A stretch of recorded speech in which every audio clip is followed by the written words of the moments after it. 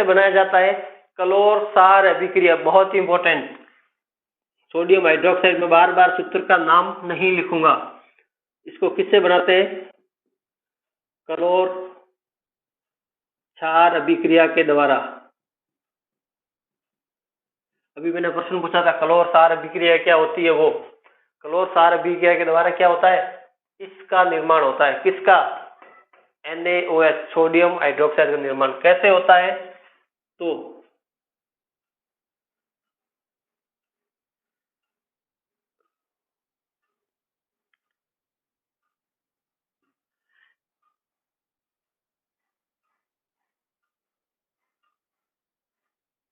ये कांच का विद्युत अपघटनी सेल है। इसके अंदर NaCl नमक का घोल भरा रहता है। वो इधर से आता है और इधर से बाहर आता है, आउट। इसको कहेंगे इनपुट, इसको कहेंगे आउटपुट। यहाँ हो गया ये इसका प्लस, ये हो गया माइनस। इसके अंदर ये बैटरी लगा दी मैंने, या फिर जो भी विद्युत धारा का जो स्रोत है, इसके अंदर विद्युत धारा यानी नमक के घोल में विद्युत धारा प्रवाहित की जाती है। इसमें प्रवाहित की जाती है नमक के घोल में, या फिर इसको मैं कहूं नमक का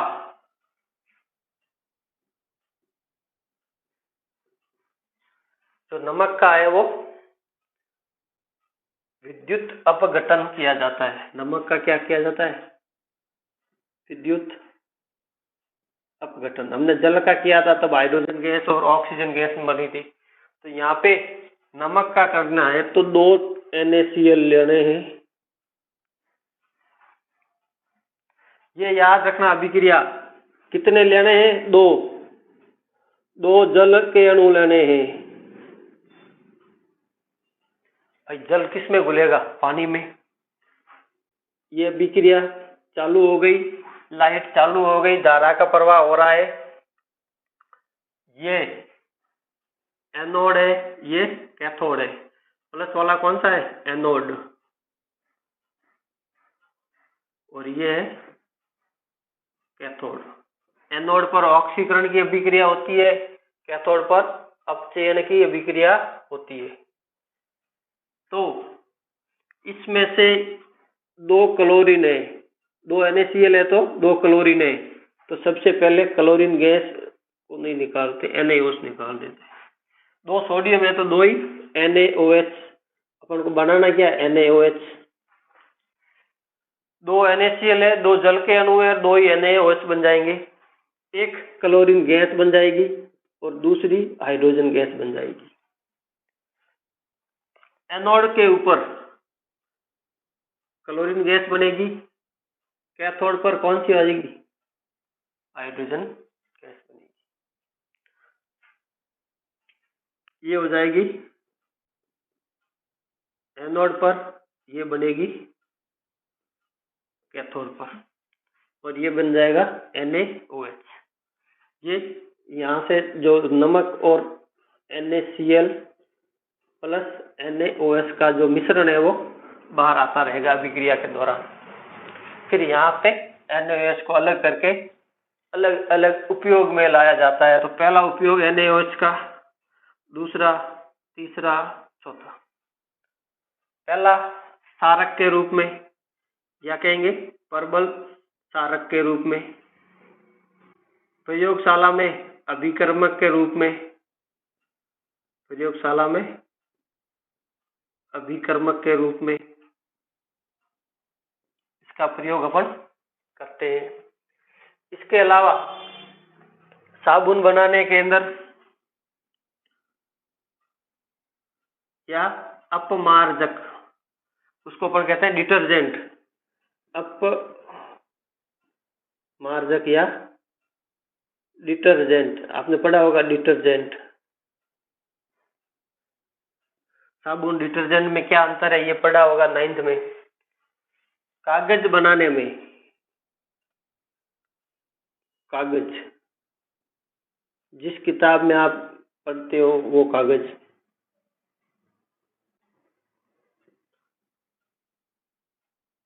एक फाइबर, फाइबर जैसे कोई भी कृत्रिम रूप से जो फाइबर बनता है वो इससे बनते हैं, सोडियम हाइड्रोक्साइड से। तो ये उपयोग ध्यान रखना, 1 2 3 4 5 उपयोग। फिर अपन बात करते हैं क्लोरीन का उपयोग। क्लोरीन का उपयोग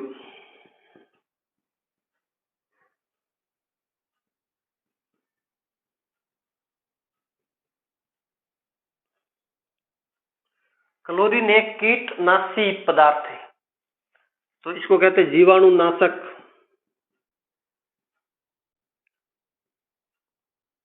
कीटनाशक, तो जीवाणु और कीटाणु दोनों को मारती है। तो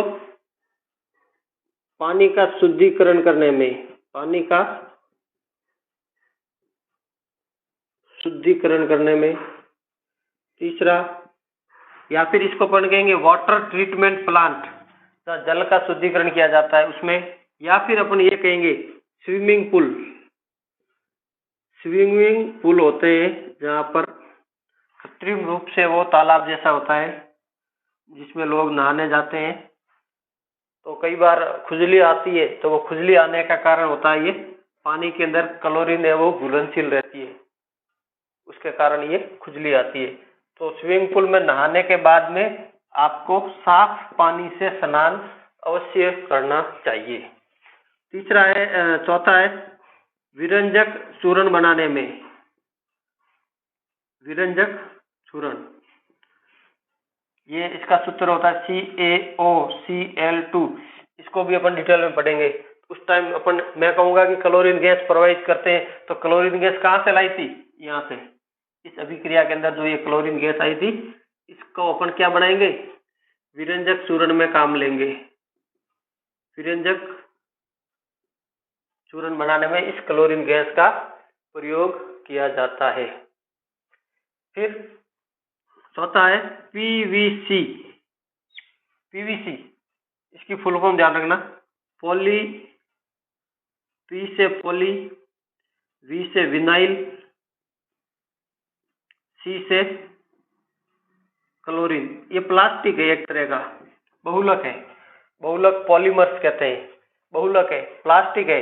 PVC के पाइप आते हैं लाइट फिटिंग में, पानी के जो नल के फिटिंग होते हैं उसमें कहते हैं PVC की फिटिंग है। तो ये होता है प्लास्टिक बनाने में, जिसका उपयोग होता है पाइप वगैरह बनाने में। और भी जैसे PVC की चेयर वगैरह काफी अच्छा होता है। इसके अलावा CFC, CFC क्लोरोफ्लोरोकार्बन, आपने पढ़ा होगा।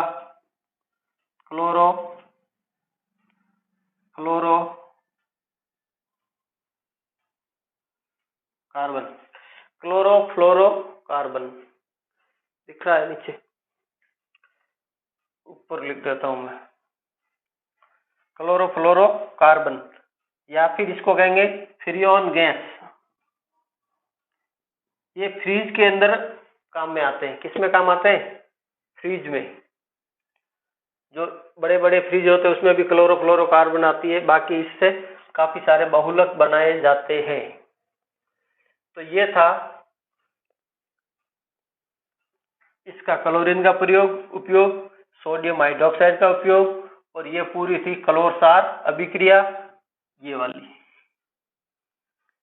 ये यदि प्रश्न आ गया ना तो 5 नंबर तो पक्के कर लेना, 5 नंबर पक्के आएंगे इससे, ठीक है। फिर हम थोड़ा सा इसमें एक गैस बनी थी ये हाइड्रोजन, इसको भी नहीं छोड़ेंगे। हाइड्रोजन गैस का उपयोग लिख लो,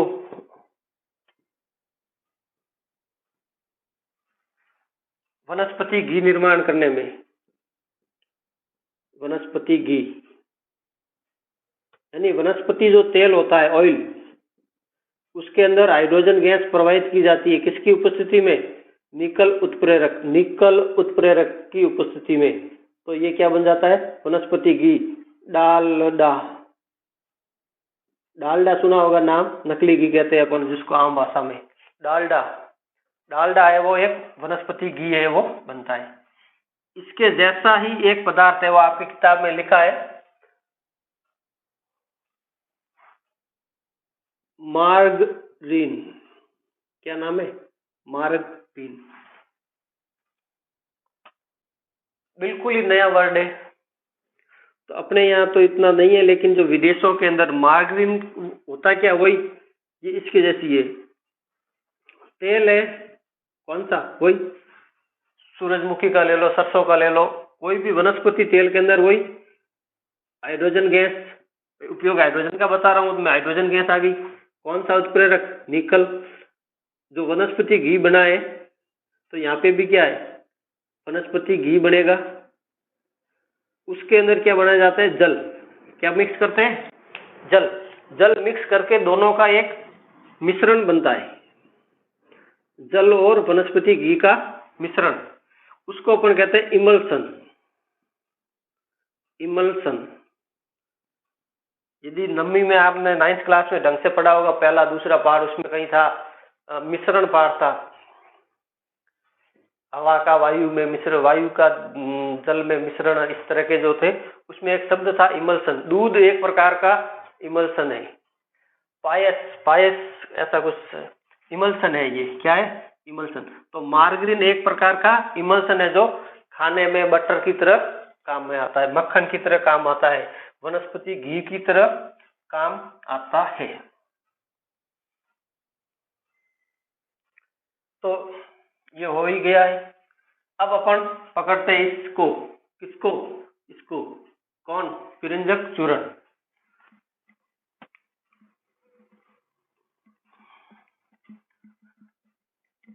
मैं जब जब मिटाऊं तब याद रखना, क्या करना है?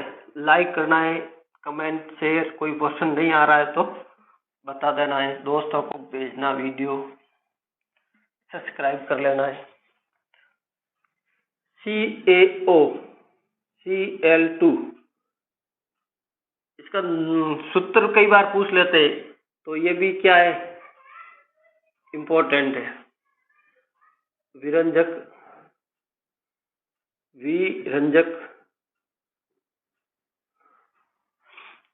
वी मतलब होता है हटाना।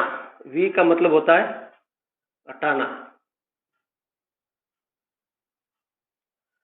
रंजक मतलब रंग, ऐसा पदार्थ जो किसी भी रंग को हटा दे।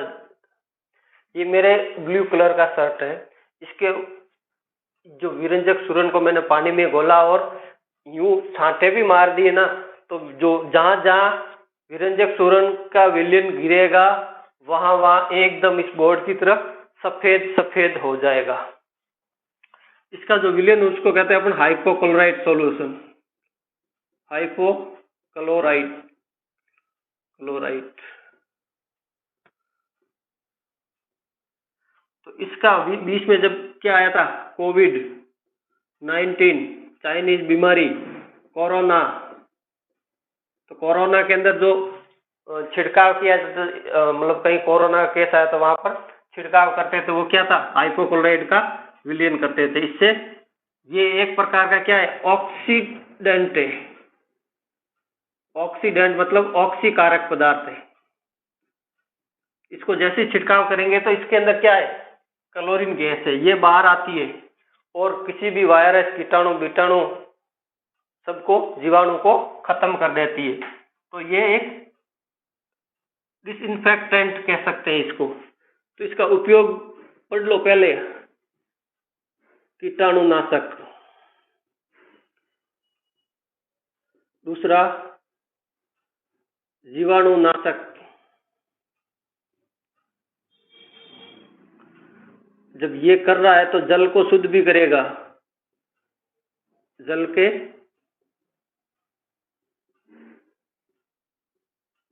शुद्धिकरण में, बाकी प्रयोगशाला में अभिकर्मक के रूप में।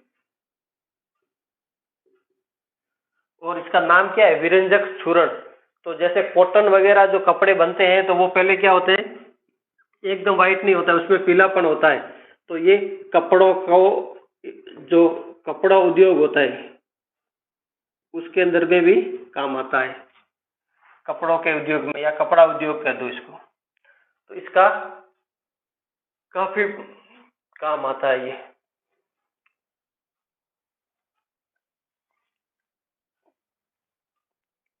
अब क्या रहा इसमें, बनता कैसे है ये देख लो। बनना कोई बड़ी बात नहीं है, सीधा सा एक बात लिख दो, इसका निर्माण।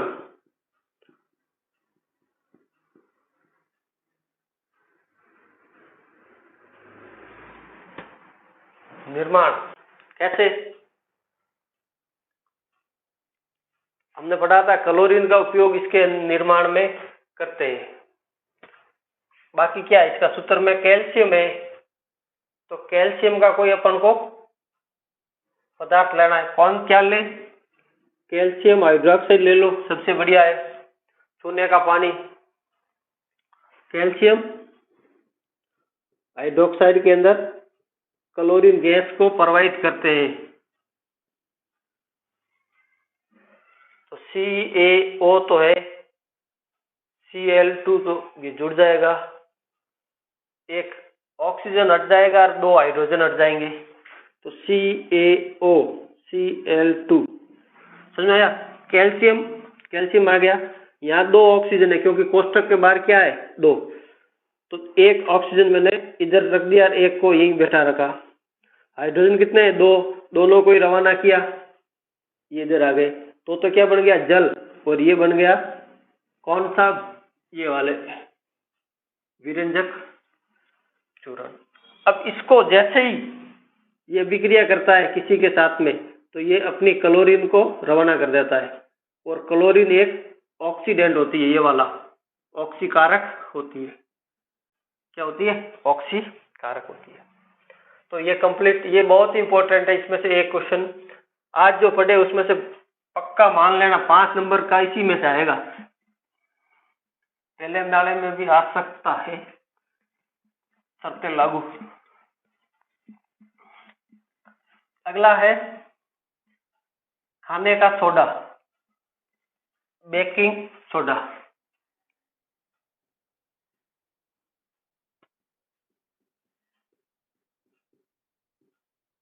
इसके जैसा जैसा सा एक नाम होता है वो इधर लिख देता हूं मैं, उसमें भी यही है, बेकिंग पाउडर है। पाउडर एक कंपाउंड आइटम होता है, मतलब कंपाउंड मतलब मिक्सर ऑफ पाउडर्स। तो मिक्सर क्या है, बेकिंग सोडे का सूत्र वही, हाइड्रोजन बीच में घुसा हुआ है, तो नाम क्या हो जाएगा, सोडियम हाइड्रोजन कार्बोनेट या सोडियम बाइकार्बोनेट। तो इसमें वही NaCO3 प्लस टार्ट्रिक अम्ल, टार्ट्रिक अम्ल इमली वाला, इमली में पाया जाता है ये टार्ट्रिक अम्ल। ये एक दुर्बल अम्ल है, क्या है, दुर्बल है, प्रबल नहीं है। तो इन दोनों पाउडरों का जो मिक्सर होता है उसको कहते हैं बेकिंग सोडा। क्या कहते हैं, बेकिंग सोडा। और बेकिंग पाउडर क्या होता है, NaCO3। यदि NaCO3 में ये मिला दिया क्या, टार्ट्रिक अम्ल, तो क्या बन जाएगा, बेकिंग पाउडर। तो ये इसका निर्माण हमने जब नमक पढ़ा था उसमें लिखा था कि इसका निर्माण, नमक का उपयोग किसमें करते हैं, बेकिंग सोडा बनाने में। कैसे, तो नमक का घोल ले लो, क्या लेना है, नमक का घोल। ये मैंने नमक का घोल ले लिया, तो नमक का घोल मतलब क्या है, NaCl और यूनिवर्सल सॉल्वेंट कौन होता है, जल। इधर से मैंने जो गैस डाली और इधर से कुछ नहीं, गैस कौन सी, इसमें 2 गैस, नमक के घोल में से 2 प्रकार की गैसों का मिश्रण प्रवाहित किया जाता है, पहली गैस होती है अमोनिया, दूसरी CO2। CO2 डालना है ना भाई, CO2 गैस।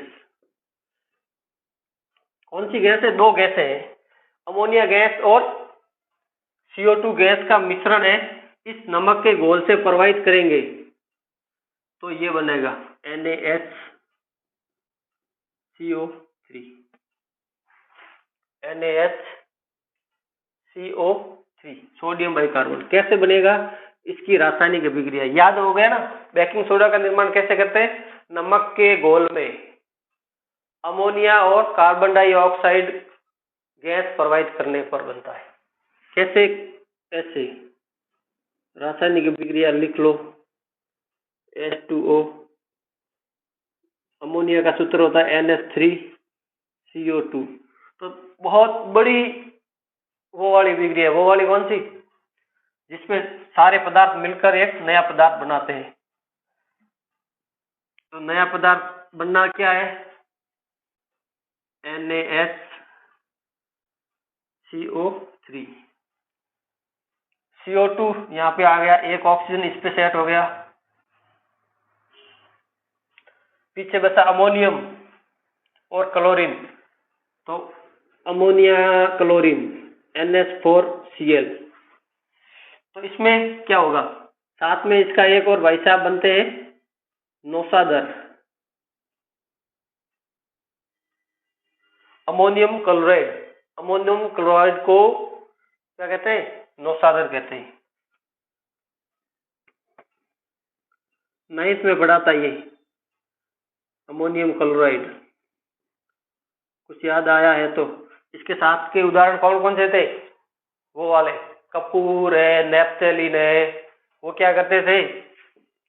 सीधे ये है, एक ऐसा था, इसको गर्म किया और यहाँ पे उल्टा एक बीकर रखा, यहाँ रूह से भिगो के रखा। तो ये जो ठोस से क्या थे? ठोस पदार्थ सीधे किस में बदल जाते थे? गैस में। इसको कहते हैं अपन उदर्वपातन। पढ़ लेना 9th की किताब में यदि ज्यादा जानकारी चाहिए तो वो वाला नौसादर है ये। इसको क्या कहते हैं अपन? नौसादर। नौसादर मतलब अमोनियम क्लोराइड। तो अभिक्रिया याद रखना है, ये तो है नमक का विलयन, उसके अंदर अमोनिया गैस है और CO2 गैस है, ये प्रवाहित करेंगे तो सोडियम हाइड्रोजन कार्बोनेट बेकिंग सोडे का निर्माण होगा और अमोनिया, इन दोनों को अलग पृथक किया जाता है। पृथक करने के बाद अमोनिया क्लोराइड है वो अलग काम में आ जाता है और ये अलग काम में आ जाता है। इसका उपयोग पहला तो यही बेकिंग पाउडर बनाने में इसका प्रयोग हो गया, दूसरा पकोड़े बनाने में यानी खाने के रूप में, डबल रोटी है, पाव है, वो वगैरह बनाने में। क्यों? क्योंकि जैसे ही ये जल में मिलेगा तो इसके अंदर से CO2 गैस है वो बाहर आएगी और बुलबुले हो जाएगी, जिससे रोटियां फूल जाती है, पकोड़े फूल जाते हैं। तो टार्ट्रिक अम्ल में भी ऐसा ही होता है। टार्ट्रिक अम्ल का जो H आयन है ये यहाँ पे आएगा और एक लवण का निर्माण करेगा और एक जल का अणु आ जाएगा, ये हाइड्रोजन और ये हाइड्रोजन क्या बन जाएगा? H2O plus CO2 gas plus लवण बन जाएगा। इस अभिक्रिया में कौन आएगा? एक हाइड्रोजन। हाइड्रोजन कहाँ से आया? इस टार्ट्रिक अम्ल का। ठीक है, तो सोडियम का लवण बन गया, CO2 गैस आ गई, तो डबल रोटी का फूलना है, रोटी पकोड़े वगैरह में ये बेकिंग पाउडर का उपयोग होता है। तो ये है कुछ बातें। दूसरा इसका उपयोग है खाने के, हो गया एंटा एसिड के रूप में। तो मैंने पेट वाला जो एग्जाम्पल था, मास्से के अंदर एसिडिटी हो जाती है, उसमें मैंने बताया था ENO, इनो पीते। तो इनो के अंदर ये क्या होता है? सोडियम बाइकार्बोनेट है, तो ये HCl होता है, जो HCl को ये नष्ट कर लेता है, उदासीन कर लेता है। और बाकी तो प्रयोगशाला के रूप में ये काम आता ही है।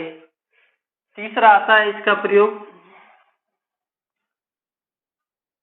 अग्निशामक यंत्र, अग्निशामक यंत्र, आग बुझाने के यंत्र में भी इसका प्रयोग होता है। कैसे होता है? ऐसे होता है। कार्यप्रणाली तो मैं इसकी थोड़ा देख लो।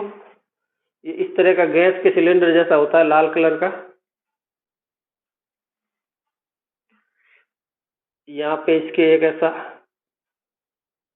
लोहे की रॉड होती है, इसके अंदर एक होता है ये ग्लास का, इसके अंदर H2SO4 भरा हुआ रहता है। ये ग्लास की रॉड काफी लंबी होती है और इसके ऊपर एक प्लास्टिक की थैली होती है जिसके अंदर ये होता है, कौन? ये वाला NaHCO3। जैसे ही आग लगती है तो इसको उल्टा करके पटकते हैं तो ये यहाँ से आता है, इस गिलास को तोड़ देता है, बोतल को, उल्टी बोतल होती है तो इसको तोड़ दिया तो ये दोनों मिल जाते हैं। ये अम्ल है, ये क्षार है, तो यहाँ पे ये सोडियम सल्फेट बनेगा और CO2 गैस बनेगी। CO2 गैस यहाँ एक नली लगी रहती है तो यहाँ से CO2 गैस आ जाती है बाहर। तो ये क्या था? अग्निशामक यंत्र में किसका प्रयोग हो जाता है? इसका। किसका? बेकिंग सोडे का। बेकिंग सोडे से ये लिख दिया है ना, धोने का सोडा भी इसी से बना सकते हैं अपन। धोने का सोडा किससे? इससे। इसको गर्म करो, 2 NaHCO3 को क्या किया मैंने? गर्म, तो क्या हो जाएगा? Na2CO3 बन जाएगा। साथ में कौन सी गैस आ जाएगी? एक जल का अणु बन जाएगा। तो ये हो जाएगा धोने का सोडा। धोने का सोडा।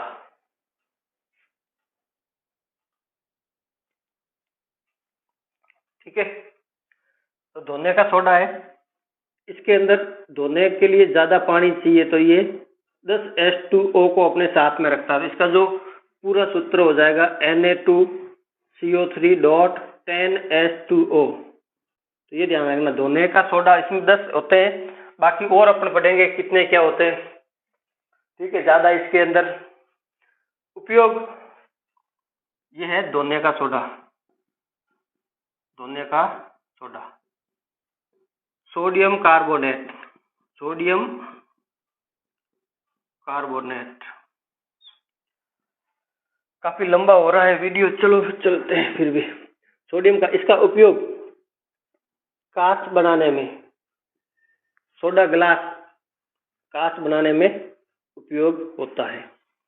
इसके अलावा रासायनिक अभिक्रमक के रूप में भी इसको अपन ले सकते हैं। साबुन है, धोने का है तो साबुन है, तो साबुन बनाने में, कांच बनाने में, इसके अलावा और भी कागज बनाने में, बोरेक्स निर्माण में, तो ये आपको थोड़े रटने ही होंगे। एक मैं याद करवा देता हूं, वो है जल की स्थायी कठोरता। ये पूछ लेते हैं, जल की स्थायी परमानेंट कठोरता। जल की परमानेंट कठोरता, स्थायी कठोरता है वो ये दूर करता है कौन? Na2CO3 करता है। सोडियम कार्बोनेट करता है। ये पूछते हैं कि जल की स्थायी कठोरता किसके द्वारा हटाई जाती है? Na2CO3 के द्वारा। कैसे? इसके अंदर जैसे बड़े बड़े जो मैग्नीशियम आयन है या फिर मल्टीवैलेंट यानी जो बहुसंयोजी आयन है वो जल के अंदर पाए जाते हैं, वो क्या होते हैं? जल की कठोरता को बढ़ा देते हैं। तो उसके लिए ये Na2CO3 की अभिक्रिया करवा के इसको वाटर ट्रीटमेंट किया जाता है। अब 2 मिनट का एक और छोटा सा टॉपिक है, क्रिस्टलीय जल। मैंने वैसे तो बता दिया थोड़ा, क्रिस्टलन का जल, क्रिस्टलन जल यानी कोई भी ये सूत्र है, सूत्र के बीच में एक बिंदी लगाई और H2O, यहाँ पे मैं X कह सकता हूँ।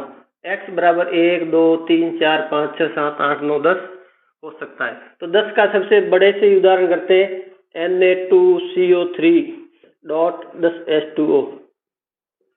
ये है क्रिस्टलीय धोने का सोडा या क्रिस्टलीय सोडियम कार्बोनेट। इसी प्रकार से होता है कॉपर सल्फेट CuSO4 डॉट, इसमें होते हैं 5 H2O। इसका रंग होता है नीला। जब इसके साथ में जल जुड़ा है तो इसका रंग होगा नीला, लेकिन जैसे ही इसको अपन गर्म करेंगे तो गर्म करते ही जल उड़ जाएगा। CuSO4 प्लस 5 H2O निकल लिए, तो ये कैसा हो गया, सफेद हो जाता है। तो ये प्रश्न आता है कॉपर सल्फेट का जो कलर नीला होता है उसको गर्म करने पर सफेद क्यों हो जाता है। तो उसका उत्तर आप ये बता सकते हैं, कोई जरूरी नहीं आता है तो भी सोच सकते हैं। बता सकते हैं क्या कि जल का अणु गर्म करने पर 500 के 500 अणु वो निकल लेते हैं, तो ये सफेद रंग हो जाता है। इसके अलावा एक है अपना भाई साहब, वही आपने सुना है POP वाला, ये भी इंपॉर्टेंट है।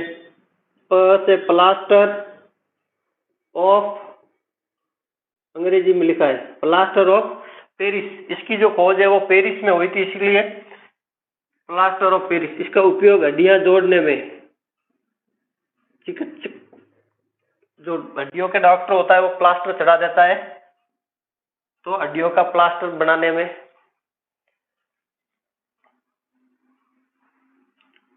मूर्तियां बनाने में, मूर्तियां मतलब कोई भी किसी भी प्रकार की मूर्तियां बनाने में।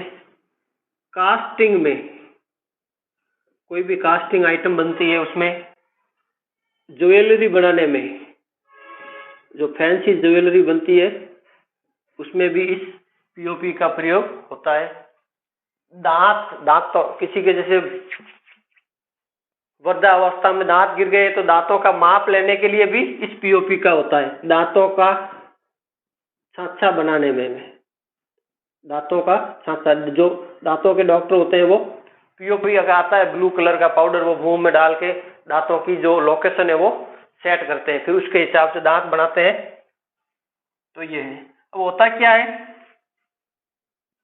CaSO4 dot H2O। एक अकेला विचार आए, इसको कहते हैं अपन जिप्सम। ये जिप्सम का सूत्र पूछ लेते हैं। कॉपर सल्फेट की जगह ये कैल्शियम सल्फेट। कैल्शियम सल्फेट को अपन गर्म करेंगे 100 डिग्री सेल्सियस कह दो या 373 केल्विन, दोनों एक है। तो आपने 9th में पढ़ा होगा, किसी भी केल्विन को 273 से जोड़ते हैं तो वो डिग्री सेल्सियस में तापमान आ जाता है। तो यहाँ पे ये मैंने घटा दिया, 373 में से 273 घटाए तो 100 डिग्री सेल्सियस या फिर 373 केल्विन तापमान पर इस जिप्सम को गर्म करते हैं, तो CaSO4 डॉट आधा, ये ध्यान रखना, 1/2 H2O। तो इसमें इस समय H2O कंफ्यूज हो जाता है कि 100 डिग्री तापमान है, मैं रुकूं या जाऊं।